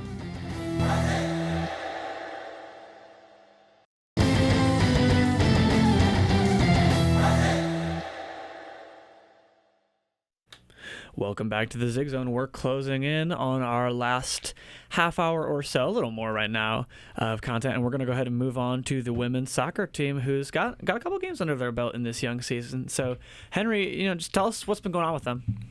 Yeah, they've began the season kind of as expected. Two different kind of varieties opponents on opposite sides of Division I. Oakland and Cleveland State were the two Horizon League teams. Bowling Green did beat 1-0 victory over Oakland in the season opener, and then on Thursday, 2-1 win over Cleveland State. Those were the bottom two teams projected in the Horizon League preseason poll. So they got the win that they wanted in those matches, and then the other game, 1-0 loss over Illinois, which was a mid-table Big Ten team last season, and they played them well. Had a lot of chances in the first half. Illinois kind of got their goal in the second half and played defensively to hold their lead in the second half. But they didn't give up a second goal. It wasn't a blowout, and I think they were relatively happy with the way that game went. And then they'll come up in another 2 games against Horizon League opponents coming up against better Horizon League opponents, Detroit Mercy and Robert Morris, both of those on the road coming up in the next couple weeks. 3rd and 4th place each in the Horizon League preseason poll. And then the big one is, of course, at home next Sunday at 1 o'clock against Cincinnati, who was bottom of the table Big 12 team last year, and they're certainly maybe a little bit more beatable than Illinois was, and especially, seeing them at Cochran Stadium, that's going to be a big one as well. Yeah, a lot of home games here in the early slate for the women's soccer team. It's certainly a contrast to I feel like a lot of teams have to go on the road more than that early, but 4 out of 5 to start the season at home, you'll certainly not complain about that too much. It looks to me, as though they're really just, doing what they're supposed to against, these early teams. Not that you're ever supposed to lose, but if you looked at Oakland, Illinois, Cleveland State in a row, you're going to circle one to lose to. It's probably going to be the, middle of the road Big Ten team. Yeah, definitely. And I think a lot of the beginning of non-conference is figuring out what players work in what roles, and we've seen that with the amount of variety that Coach Fox has played. 22 players played in the Cleveland State game. It was 19 in the Illinois game, so he's tried a lot of different players in a lot of different roles, including true freshmen, including some players coming off of injuries who haven't played in a couple of years. We saw Christy Franson, Audrey Oliver get minutes against Cleveland State. Those are players that haven't played since 2023, so seeing those sorts of roles be filled, and we've seen some players get slotted into the starting lineup, like Mina Sam, who was a true freshman last year, missed the year due to injury, and now is a starting midfielder for them, and she's played very well. But I think one of the main talking points has been the transfer class coming out this year. You can tell it's very offensive oriented, especially with the 2 forward transfers, Ella Kane coming from Louisville and Kentucky, where she was previously before Louisville, and then Isabel Mazzaferro, who was the leading point scorer for Niagara of the MAAC and one of the best forwards in the conference. They've both been starters for this team, and they've looked good. Ella King got the goal against Oakland. Another player that I think's been really impressive is Gabby Lamparty, the junior transfer from West Virginia. She's been paired with the captain, Taylor Green, at the center back spots there in the back line for Coach Fox, and they've both played fantastic, not just defensively, but Lamparty offensively had a goal against Cleveland State and could have had a second, was about inches away from it. So those 3 mainly have played very well, but it's been the class as a whole that's been pretty impressive. And you've been speaking a lot to the the number of different people playing in a given game. Does it seem as though through 3 games that Coach Fox is starting to figure out what players are meshing together better, and what roles need to be filled by certain players or another? Yeah, I think so. We've seen some different players shine in different games. Lizzie Boltnick was the player that shined in the Illinois game, junior forward. Had a few shots and a couple of chances that were pretty close to goals, and she's gotten consistent minutes off the bench. So that's a player that I think you can expect to see consistently. And then obviously Michelle Hoekstad, the junior, is another player that's going to get consistent minutes. But it's tough to tell. Is he going to shrink the minutes down in terms of substitutions? Is he going to have maybe go to a 15-player rotation instead of 19, 20? We're going to have to see, and it's likely that he will. But it's just, this is it's a young team, right? It's the youngest team in the MAC in terms of having only 1 senior and 1 grad student, the only team that has less than 3 seniors or above in the MAC. And that having that young core leads to having a lot of depth and needing to rely on a lot of depth, and we're seeing that not just we saw that last year as well with his tendency to play freshmen and not be afraid to put them in high pressure minutes, and he's doing that again this year, and I think we're seeing that really it will start to pay off, especially as you get towards the end of the year.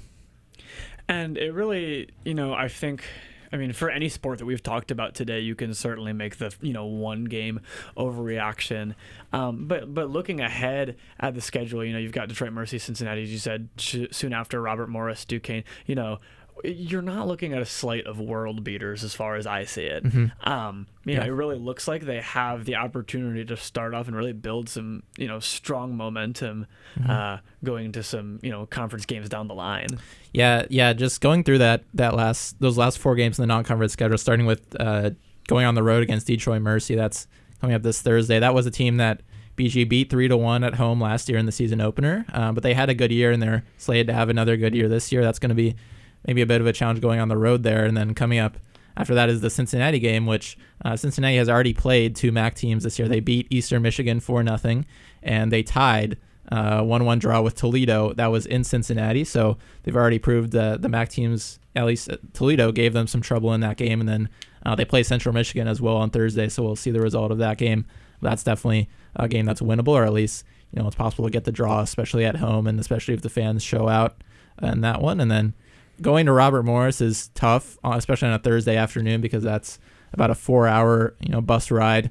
It's an afternoon game too. I didn't even know that. Yeah, Thursday at 4 p.m. That's awful. That's awful. Yeah, so that's going to be an interesting one. And then Duquesne is kind of a revenge game, because that was a team that beat Bowling Green last year. That will end off non-conference play.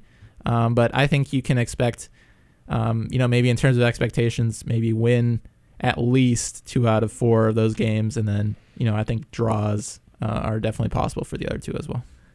And where does your outlook stand regarding the long term for this team? I thought it was interesting, talking to people from the volleyball team, women's basketball, men's and women's soccer. A lot of these teams at BG this year have had like a taste of postseason, but then had it come up short, whether it be, losing in their tournament, losing in the bowl game for football, making the championship and falling just short for men's soccer. And I think there's a lot of fuel to the fire for most of the teams, especially going into this fall. Do you think that the standard for them and is at, that making a tournament appearance and getting wins there? And do you think they're, prepared for that standard? Yeah, I think the standard is definitely there, that they should be, in the MAC tournament every year, and they should be winning MAC tournament games just based on the past, success of this program. It's one of the more successful athletic programs that BG has had, if not the most successful program in the past decade or so.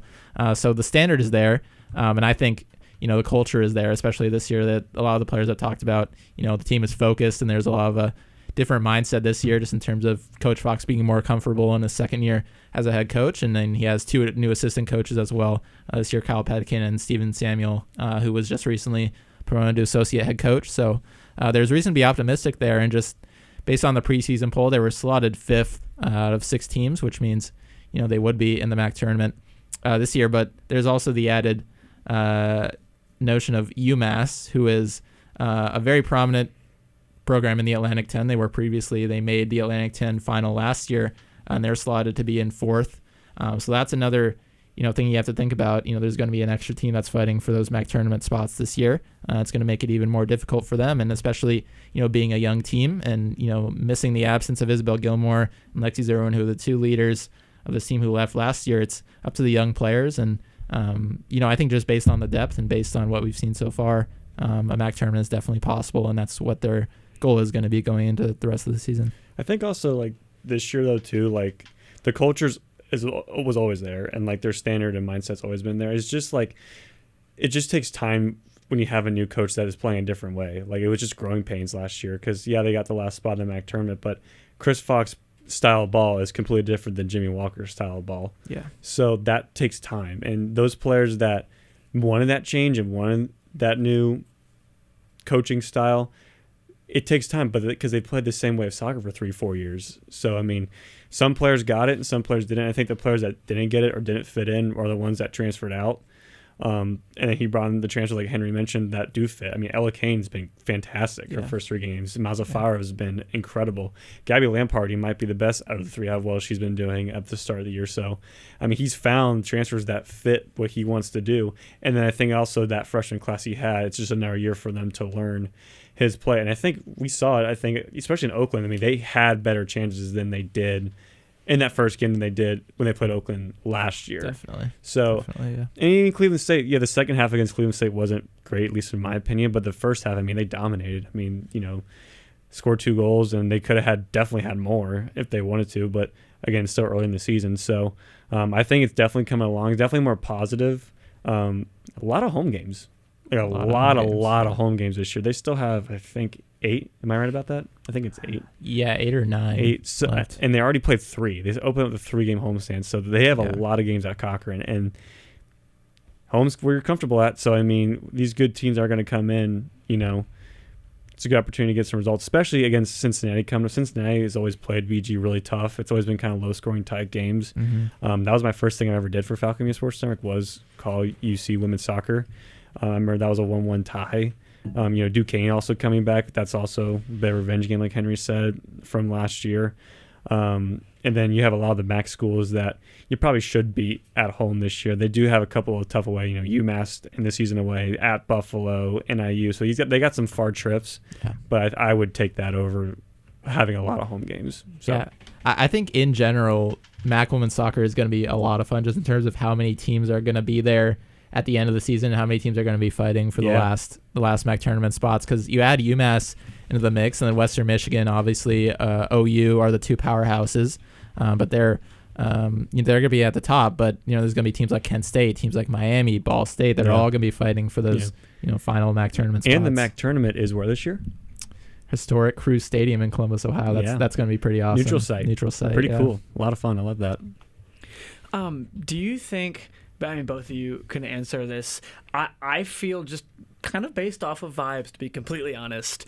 But I feel like a little more positive than I did this time last year about the team because of the time to kind of settle in. You mentioned it's Chris Fox's second year, and with that different style of play, and even though you're seeing some losses, some newcomers, like having any retention to that style of play, I feel like that's alone like a lot of reason for optimism. How do you look at that? Am I off base there? Yeah, well, I mean, I think players are definitely bought in a lot more to the system this year, and I think they're more confident in it maybe than they were before, especially considering the wide variety of players that are playing and getting consistent minutes and transfers that were brought in, new signings. Like I didn't mention Mia Gatz, Quinn O'Neill, the forward. Quinn O'Neill is the forward, and then Mia Gatz, defensive true freshmen that have played consistent minutes in all three games and have looked pretty solid. So when you have freshmen coming in and learning the system and obviously retaining it and being able to produce on the field, that's a pretty good sign. They just seem more comfortable, like Henry said, and and also like I mentioned, like the players that I don't think were producing on the field what Fox wanted, either they transferred out or he's just not playing them. I mean, their starting 11 was very different. I mean, they had so many players that were hurt and then they came back and got starts. Jana Searles didn't start at all her entire collegiate career here. It's her fourth season she finally starts. Granted, she was a center mid, now she's playing right back. So she found her way on the field. Henry mentioned Mina Sam, back from injury. Ellie Poole missed injury. Now she's back. So it wasn't like he trot out the same 11 in a way. Because, some players graduated, some players transferred out. He mixed it up. He mixed it up a lot, and I think it needed that. And I think you saw that with the first three games this year. So I'm very positive about it. It's obviously a long season, and MAC play is what matters. I mean, they're not going to get no MAC team's going to get a bid. They have to win the tournament. That Kent State opener should be good. That's going to be a hard one. But like I mentioned, those away MAC games are really tough, especially Ohio. That's going to be the big thing is how they're going to perform in road games because they were 3-6-1 on the road last year. So, I think those Horizon League away games are going to be a good test just because those are top of the conference teams. And we're going to see, that's going to be where they can make the gains is on the road. So. Mm-hmm. We're going to keep moving here, but before we do, I want, both of you again, because I know you both know the team quite well, Henry and Lucas. I want to hear your expectation versus reality regarding the Detroit Mercy game. What are you expecting them, or what would you like them to do, I guess, versus what do you think they're going to do? And are those the same? Are those different? Well, I think they beat this team 3-1 at home last year, so I'm expecting a win, and I think that's probably what the team is expecting as well. So, maybe not a 2-goal win, but something around that realm. Yeah, I think they should win. I think they should expect to win. I mean, Detroit Mercy, they get a vote to win the Horizon League this year. Is that correct? They have improved, but I mean, let's be honest. If you're going to perform well in the MAC on the road, you got to take care of business in Detroit. Just an hour or so away. I mean, and it's for a team that you've beaten frequently in the past. So, yeah. And what are our reactions? I mean, we can always overreact early. What are our reactions like if we see a draw or a loss on Thursday? On to the next. Yeah. I mean, it's all. I think it's more. I think Henry and I would agree. It's more performance based. I mean, if they have a bunch of shots and the goalkeeper stands on her head and then just makes his saves, then it's like, okay, well, maybe work on finishing a bit. But like, if they don't play well, then it's like, oh, that's not. I think it'd be more performance based. I just think energy is important. Getting shots off consistently, which we've seen them do that in the first 3 games. So, yeah, I think just getting shots consistently and showing energy on both sides of the ball. Well, that's going to wrap us up for women's soccer for this first show of the year today. Women's soccer is going to play this Thursday, August 28th at 7 p.m., about an hour after the kickoff of the football team's first game. So a lot of BG action going on a Thursday evening. And I think that's men's soccer's Wright State game, too. That night as well. All 3 of them that day. And the football game is that night. Very, very unorthodox. Busy night. Sounds like a long night for good old Lucas. Big kickoff Thursday, and Lucas will be hitting the ground running like anyone. We're going to step away real quick, and when we come back, we're going to discuss some more hot takes, bold predictions, and talk a little bit more about the schedule for the week ahead. So don't go anywhere, because you're listening to the Zig Zone on WBGU 88.1 FM.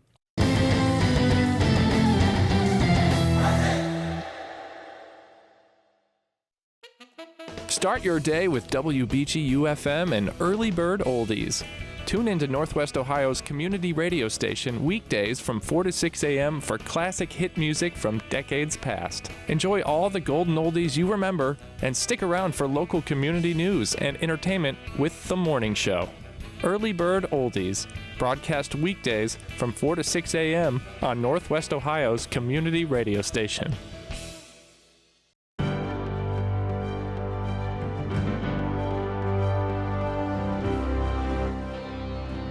On November 15th, 2024, BGSU Hockey defeated St. Thomas in a shootout, courtesy of a game winner by defenseman Jack Blake. Falcon Media Sports Network's voice of Falcon Hockey, Ben Korak, had the call of the moment on WBGU 88.1 FM. And Jack Blake, for all the glory, trying to put this one away.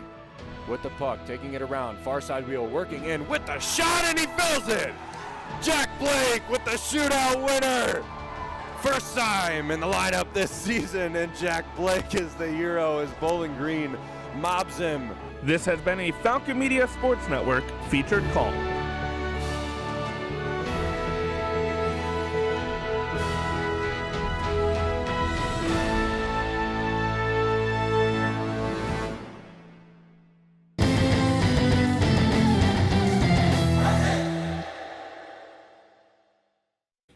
Welcome back to the Zig Zone on WBGU 88.1 FM, Falcon Media Sports Network show, keeping you up to date on everything going on in BG athletics.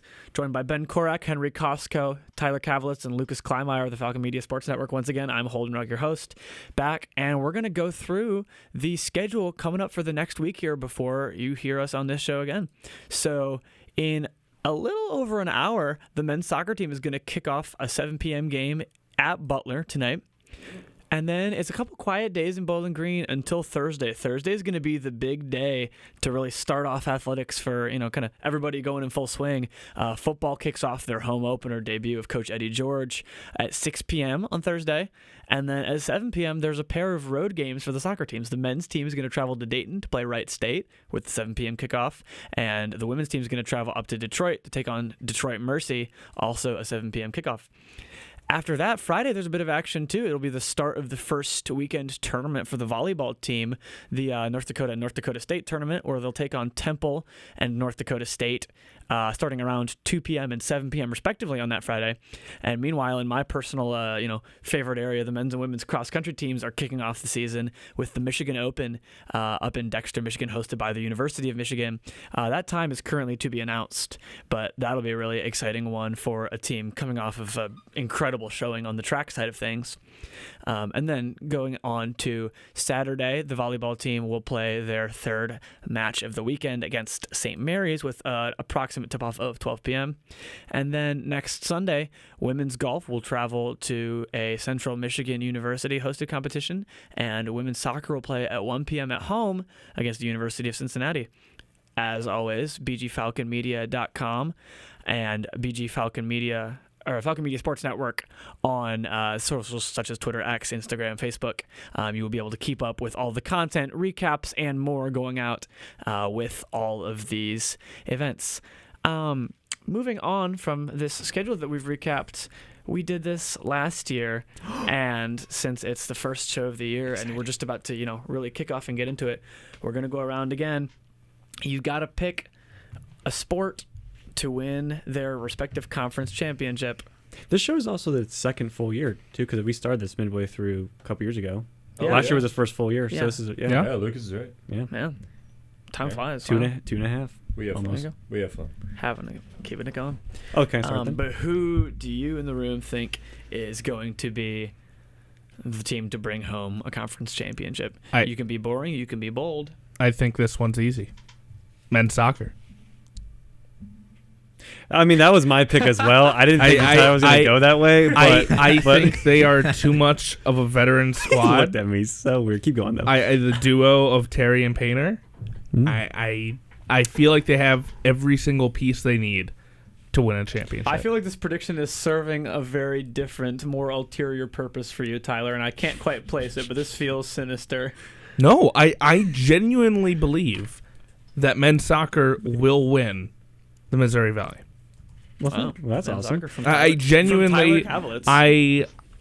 I feel like, I don't know. I think the conference seems weaker than it has been in previous years. You can correct me if I think it might be. I think it's less top heavy Yeah. than especially last Yeah. year. I just think the path is there for them. I believe they have all the pieces, especially on offense. If they can put it together, and Eric Nichols is as good as they get when it comes to head coaches in Bowling Green. So I think they have everything to win it.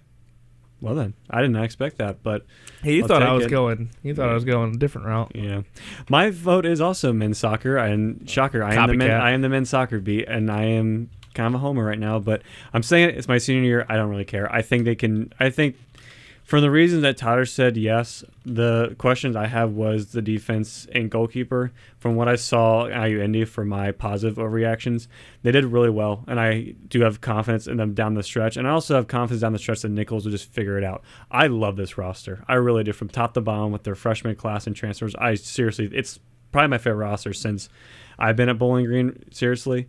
So I think Nichols and company will figure it out.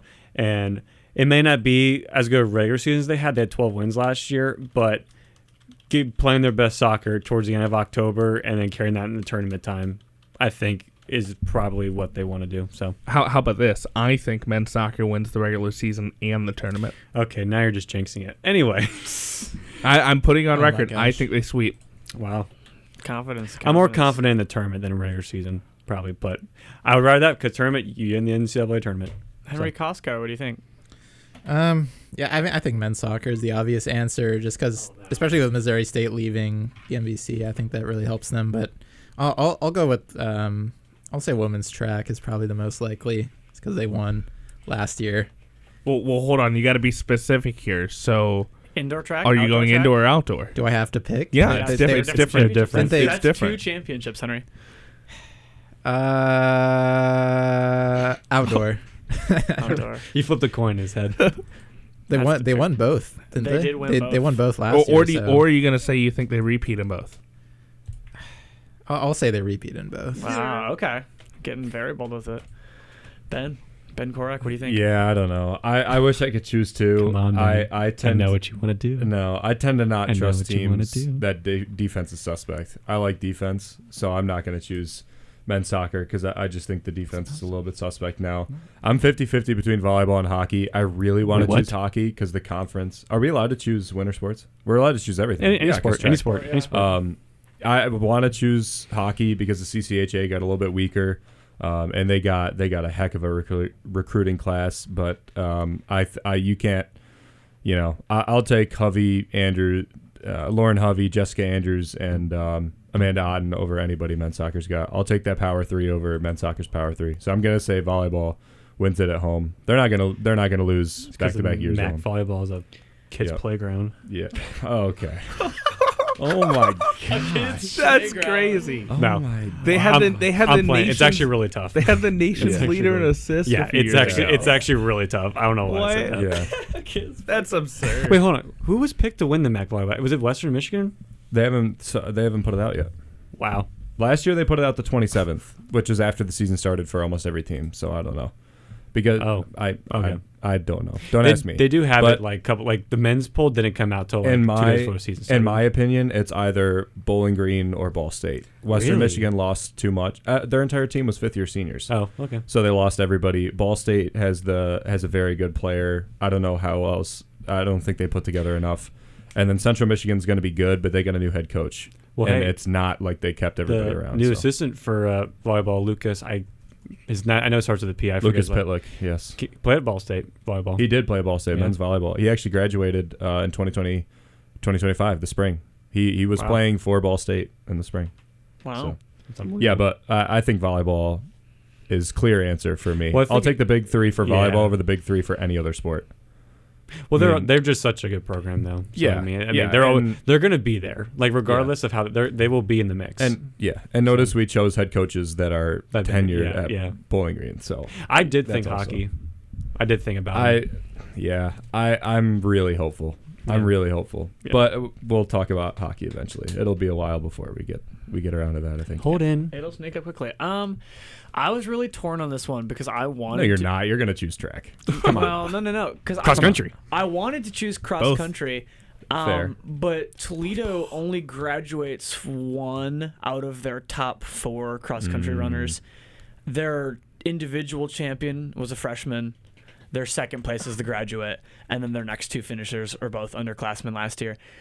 I don't see it. I mean, BG's returning all the juice. I think BG moves up. I think BG's 3rd or 2nd this year in cross country. Yeah. I don't know if they have the juice to beat Toledo. But on the track, I think not only do they win outdoor, I think they win indoor and outdoor. I think they repeat there. But my pick was actually going to be volleyball, just because I just don't see the way that last year went out. To build momentum into NIVC was nice, but the way that the MAC championships went. Oh yeah. I mean, I don't see anybody in that team being like remotely willing to I don't see him for doing anything less than 5 sets in the championship game. And as we recently rediscovered / confirmed, it's at home again. It is at home, which I didn't even know. To be honest, we clutched up on Tyler for having that information. We also we covered the Dream Big fundraiser event. This is the program's 4th annual one. Last night, we just had a recap put up from Andrew Smith, who is our co-lead for volleyball this year. We had a little 30-second thing from Henry Koska, and we'll have a long-form cinematic recap tonight as well. Listen to Van Wright. Where can you find that all, Lucas? On bgfalconmedia.com. Listening to Van Wright will get me fired up. So when he talks about the volleyball program, I was like, you know what? We actually might repeat again this year. He's thinking about it. We do win. We're doing a lot. The NIVC trophy was amazing, by the way. It was I saw that when we were in Arizona. It was trophy. Runner-up trophy was really cool. It rocks. Yeah, it was very cool. God, that was a magic. I don't think that was a magical last season they had last year. Was that the man? That's arguably the best season that Bowling Green volleyball has ever had. I think it's the deepest they've ever played into the month of December. The only thing is that it's not the most games that they've won in the NIVC, but the one unfortunate thing is it wasn't able to be played in Bowling Green like the Fab 4 run for women's basketball. Yeah, that's true. That's the one unfortunate thing that run true. Is that fans here did not get to experience that is which true. I think it's unfortunate, but it was still a great run. With Holden and then Tyler and I as seniors, we had there's been a team every year that I feel like that just brings the entire athletic community together. So our freshman year was probably women's basketball. I think sophomore year was baseball, and then last year was probably volleyball. In terms of just the run they went on. And I guess it's men's soccer this year. Yeah, I hope so, but we'll see. Yeah. Well, and you look if they won the MAC tournament, that doesn't happen. Right. So you also it's kind of bittersweet that they had arguably the best season in program history because of that, or they could have won the MAC championship, had maybe more meaningful hardware, but they might have lost first round to Penn State and a team that went on to win the national championship. So it's pick your poison, I think. But, yeah, you could play the hypothetical game all day, but at the end of the day, that's all we do. You gotta. Isn't it? This is a radio talk show. This is all we do is play with hypotheticals. At the end of the day, it's gotta stay in the rear view. But man, pretty clear cut takes there. Nothing too controversial, I don't think. We got a lot of good returning athletes. Trace Terry's probably the face for the men's. Granted, he's gonna be a pro next year. Still Lauren Hovey, Javante Campbell, I think Paige Kohler probably takes her face from women's basketball. So you got a couple of faces for sports. And I always enjoy the new stars that emerge. Like someone new that's going to come out. Like Bennett Painter last year came out of nowhere. So kind of like, stars like that are coming out of there's nowhere. objectively star power. Oh, yeah. There definitely is, which is, Yeah. So like those something lacking sometimes in mid-majors. Is there going to be a new football star this year in Eddie George? Like, is there going to be a running back? Because was a former running back that's going to come out of nowhere and be awesome. Who knows? Like I like stuff like that. People that come out of nowhere and make them a star. So yeah, and it feels. I mean, we said this a lot last year, and I think it's even more true this year. I mean, across the board, you're looking at competitive team after competitive team, and if we couldn't say it enough, I don't think there's been a more exciting time in recent history to be a fan of any BG team than right now.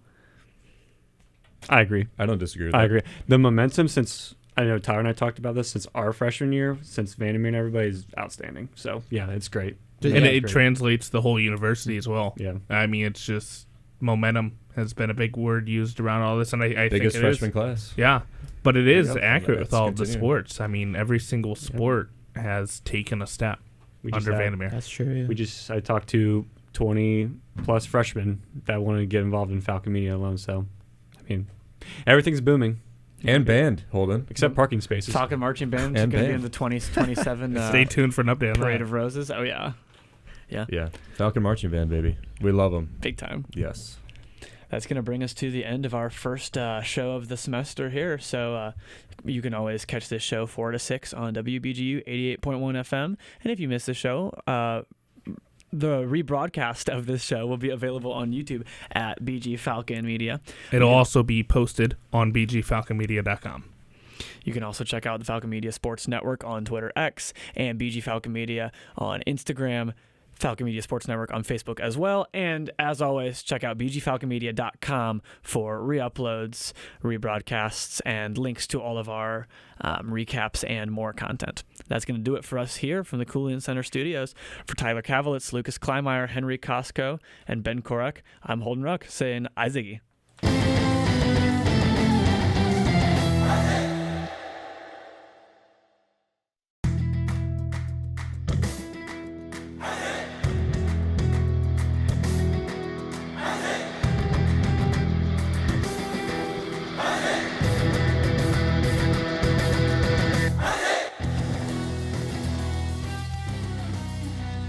This broadcast has been a Falcon Media Sports Network production. For more BGSU sports news and updates, follow Falcon Media Sports Network on Twitter X at BG_FMSN, BG Falcon Media on Instagram, Facebook, and YouTube, and head over to BGFalconmedia.com.